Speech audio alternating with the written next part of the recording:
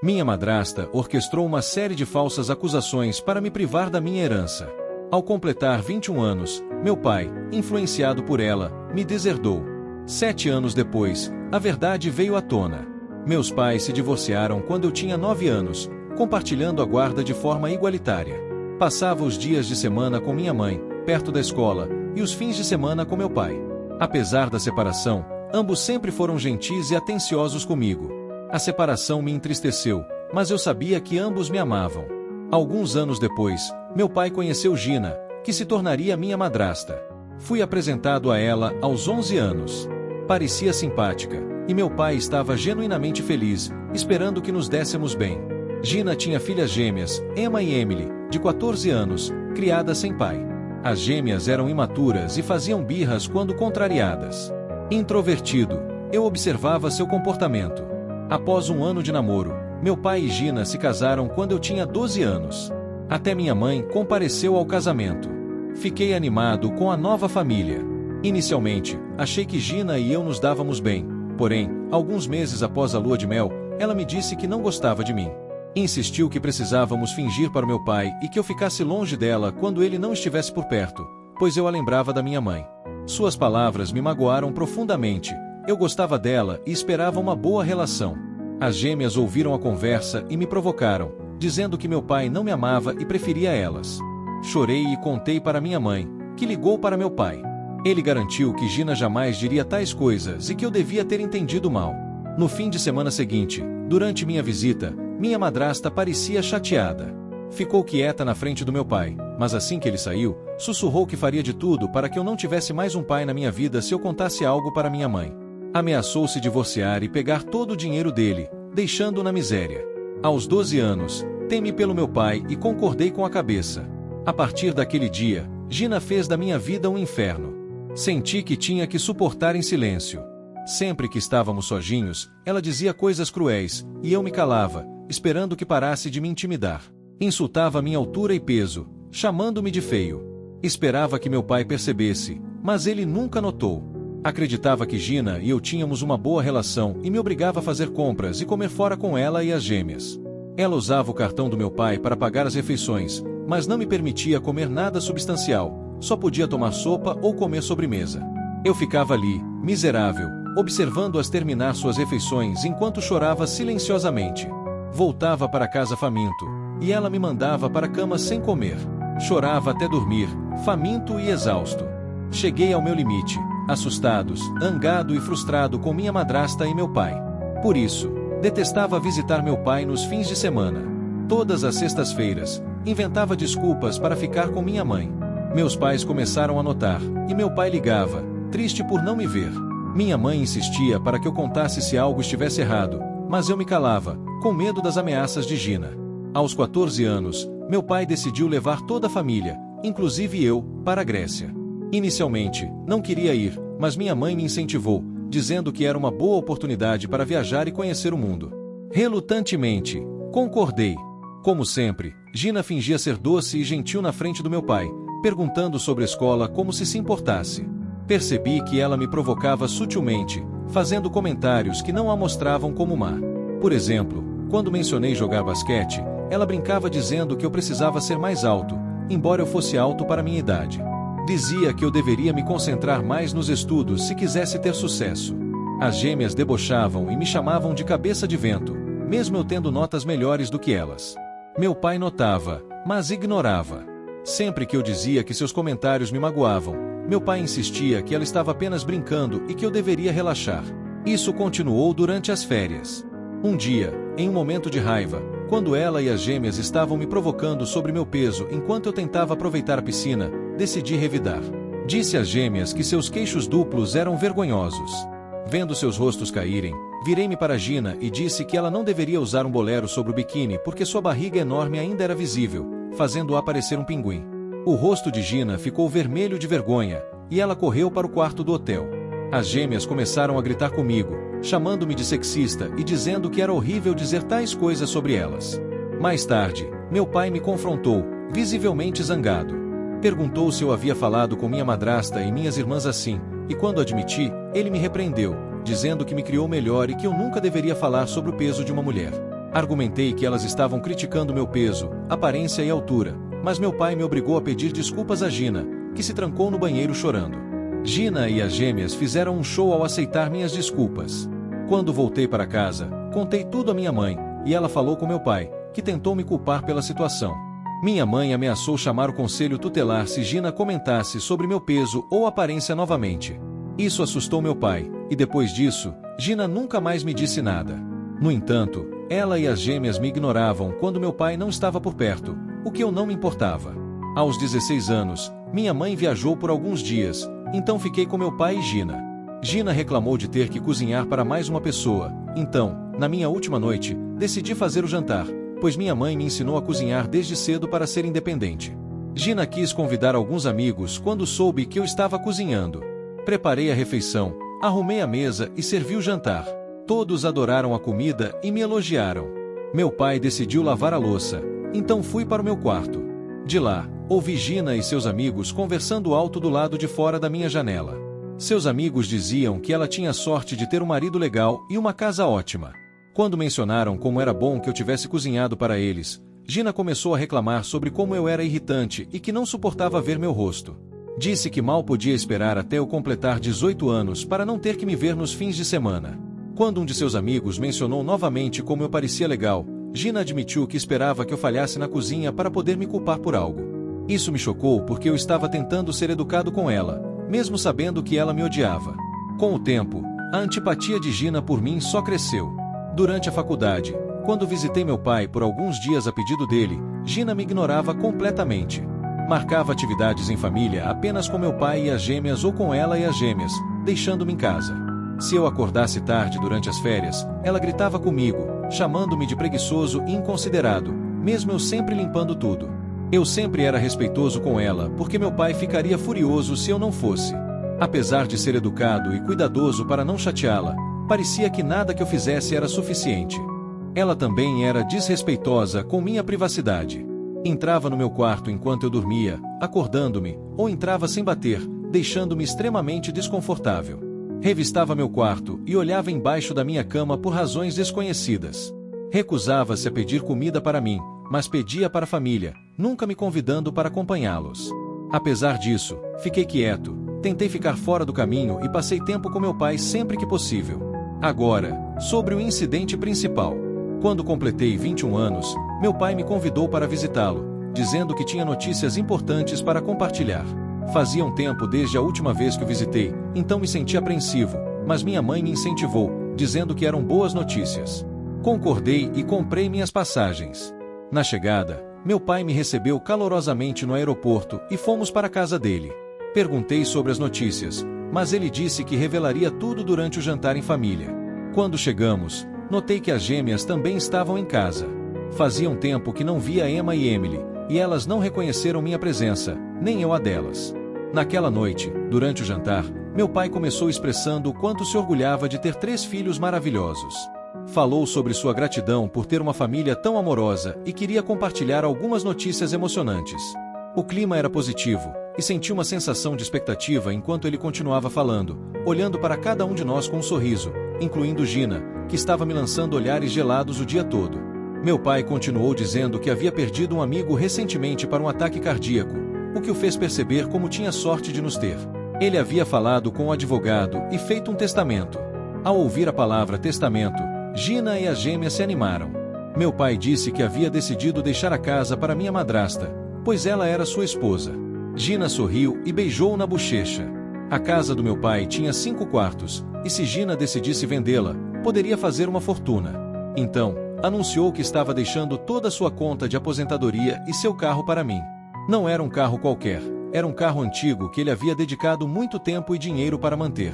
O carro tinha um valor sentimental para nós dois, pois ele sempre compartilhava histórias de sua juventude e aventuras associadas a ele.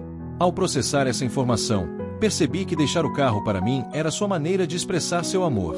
Enquanto meu pai falava sobre seu orgulho em me ver herdar o carro, a expressão de Gina mudou de orgulho para descontentamento. Trocou olhares com as gêmeas, que pareciam igualmente insatisfeitas. Era claro que a ideia de eu herdar uma quantia significativa de dinheiro e o amado carro antigo atiçava seu ressentimento. Meu pai, aparentemente alheio à tensão na sala, Continuou explicando como deixaria a conta bancária conjunta que compartilhava com Gina para as gêmeas. Como Gina era dona de casa, o dinheiro era todo do meu pai. Ele expressou seu desejo de que a conta fosse dividida igualmente entre elas, garantindo que teriam dinheiro e uma casa para morar, para que não precisassem se preocupar se algo acontecesse com ele. Achei esse acordo justo e não tive problemas com isso. No entanto, as gêmeas expressaram imediatamente sua decepção, dizendo que esperavam mais. Argumentaram que meu pai também deveria deixar para ela sua conta de aposentadoria, alegando que eu não precisava dela. Quando meu pai questionou seu raciocínio, Gina interveio, afirmando que, como homem, eu deveria encontrar meu próprio caminho, enquanto elas eram mulheres e precisavam de mais dinheiro para a segurança financeira. Meu pai lembrou a Gina que ele já havia cuidado dos fundos universitários delas, e agora elas também estavam recebendo uma casa e uma conta bancária, então não tinham nada com que se preocupar. Apesar disso, Gina continuou insistindo que eu não merecia tanto dinheiro. Meu pai reiterou firmemente que sua decisão era final. Fiquei sentado em silêncio, observando a discussão aumentar. De repente, Gina começou a chorar. Olhamos para ela assustados, e meu pai garantiu que não havia necessidade de chorar, pois ele havia dividido tudo de forma justa.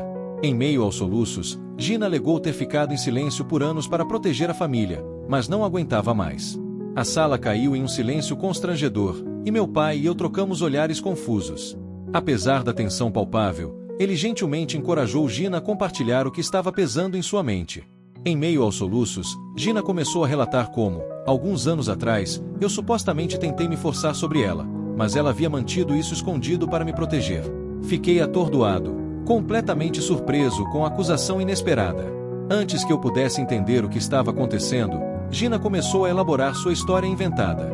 Contou ao meu pai que, após nossas férias na Grécia, onde tivemos uma discussão sobre peso e altura, eu a encarava constantemente e tentava entrar em seu quarto sem ser convidado. Fiquei paralisado na minha cadeira enquanto ela continuava a inventar histórias de como eu tentava entrar sempre que ela tomava banho ou ficava desconfortavelmente perto do rosto dela quando estávamos sozinhos. Alegou que detestava me receber todos os fins de semana porque temia que eu me comportasse da mesma forma com as gêmeas. Tentei me defender, negando veementemente as acusações infundadas e gritando com ela por ter a audácia de inventar tais mentiras, mas Gina continuou a chorar como se fosse a vítima. Continuou dizendo que, à medida que eu crescia, eu a deixava cada vez mais desconfortável e que, em uma ocasião em que estávamos sozinhos, eu supostamente tentei me forçar sobre ela. Meus olhos se arregalaram em choque, e o sangue escorreu do meu rosto ao ouvir uma acusação tão grave. Meu pai parecia completamente confuso e preocupado, seus olhos se movendo entre mim e Gina, claramente sem saber o que dizer. Gina continuou sua história, alegando que havia sofrido em silêncio por anos, com medo de falar por causa da família. Eu estava chorando a essa altura, implorando ao meu pai para não acreditar nela. Nunca imaginei que Gina pudesse inventar mentiras tão atrozes, especialmente depois de tudo que ela me fez passar ao longo dos anos. Infelizmente, a manipulação de Gina havia prejudicado meu relacionamento com meu pai, e ele parecia dividido entre confiar em mim e acreditar em sua esposa.